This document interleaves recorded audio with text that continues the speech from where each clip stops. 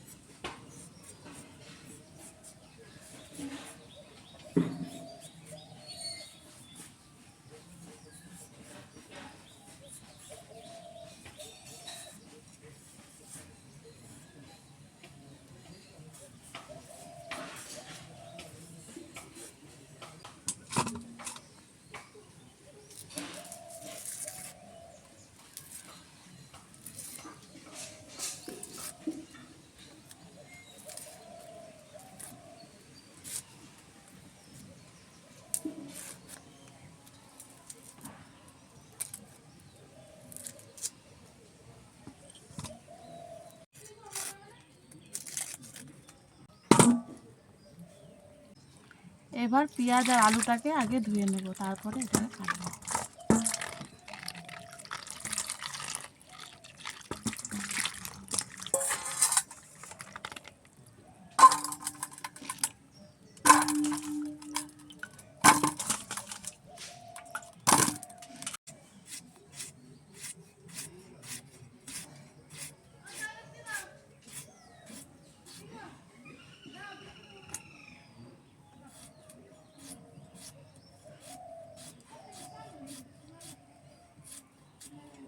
এই দেখো, এরকম করে আলু কেটে নিলাম।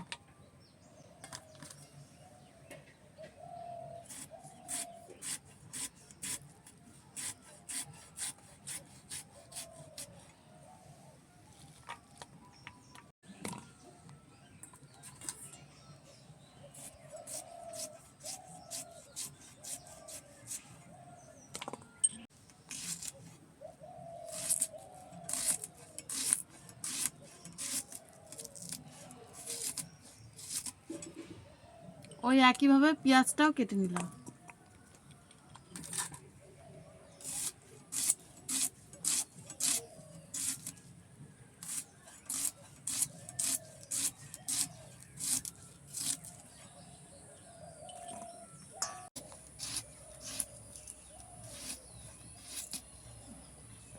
এ দেখো, সব পেঁয়াজ আর আলুটাকে কেটে নিয়েছি। এবার এটাকে নুন মাখিয়ে রাখবো।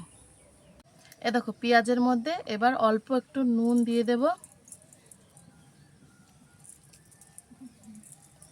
দিয়ে কিন্তু এটাকে খুব ভালোভাবে মাখিয়ে রেখে দেব আধা ঘন্টা।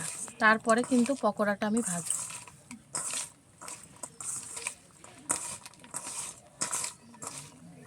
আলু আর পেঁয়াজটাকে আধা ঘন্টা মতো মেখে নিয়েছিলাম। এবার দেখো আলুর থেকে কতটা জল বেরিয়েছে। এবার এই জলটা ছেঁকে কিন্তু আমি তুলে নেব।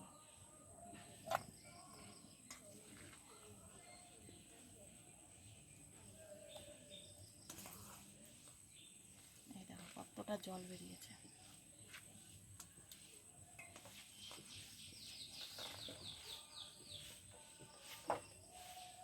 এবার এর মধ্যে একে একে সমস্ত উপকরণ দিয়ে খুব ভালোভাবে মেখে নেব। প্রথমে দিয়ে দিচ্ছি বেশ খানিকটা বেসন। এবার দিয়ে দিচ্ছি কুচানো রসুন আর আদা। দিয়ে দিচ্ছি অল্প একটু নুন, যেহেতু আলুতে আমি নুন আগের থেকে দিয়েছিলাম তো অল্পই দিচ্ছি।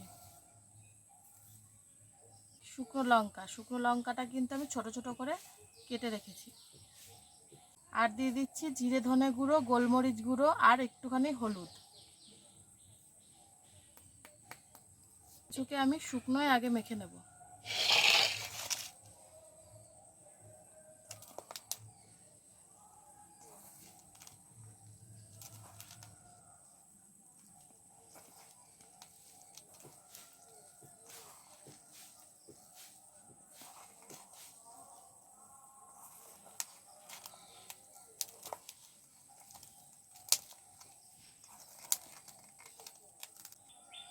এবার অল্প করে একটুখানি জল দেব।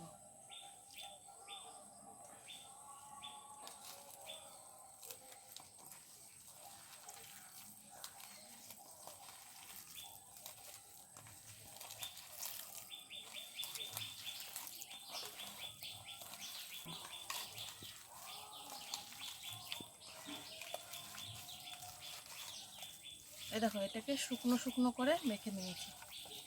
এরকম শুকনো শুকনো করে কিন্তু মাখতে হবে, ঠিক আছে? এবার আমি পকোড়াগুলো ভাজবো।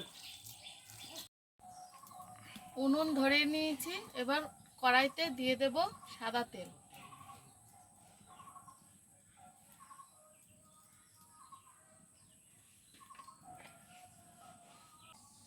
তেল ওইদিকে গরম হয়ে গেছে, এবার আমি পকোড়াগুলো ভাজবো।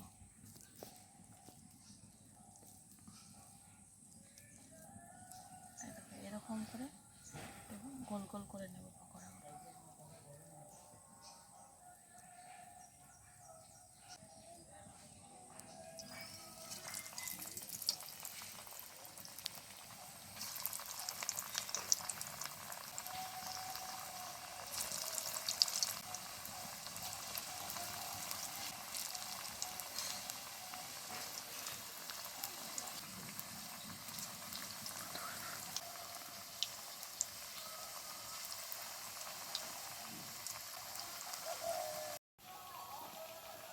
এই দেখো, পকোড়াগুলো এক পিঠ খুব ভালোভাবে ভাজা হয়ে গেছে, এবার উল্টে দেবো।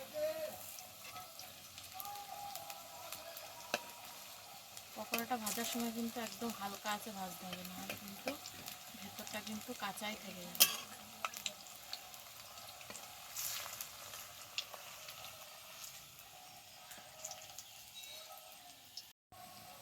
এই দেখো, পকোড়াগুলো কিন্তু খুব ভালোভাবে একদম লাল লাল করে কড়া কড়া করে ভেজে নিয়েছি। এবার নামিয়ে নেব।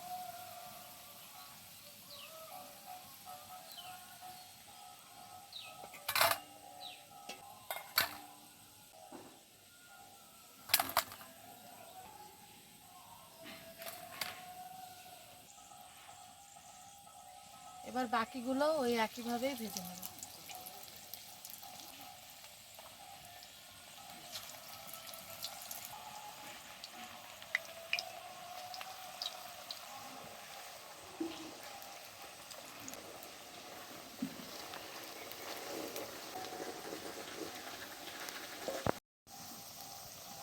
এবার এটাকেও একটু উল্টে দেবো।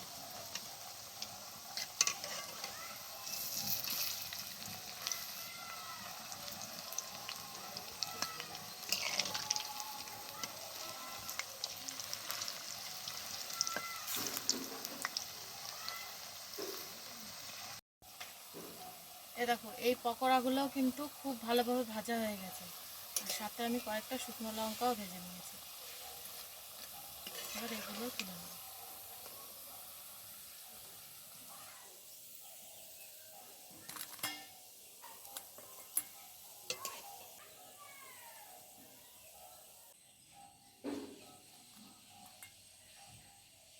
দুর্দান্ত স্বাদের আলু আর পেঁয়াজের পকোড়া একদম রেডি হয়ে গেছে। তোমরাও ঝটপট বাড়িতে বানাও আর কমেন্টে জানাও যে রেসিপিটা তোমাদের কেমন লাগলো।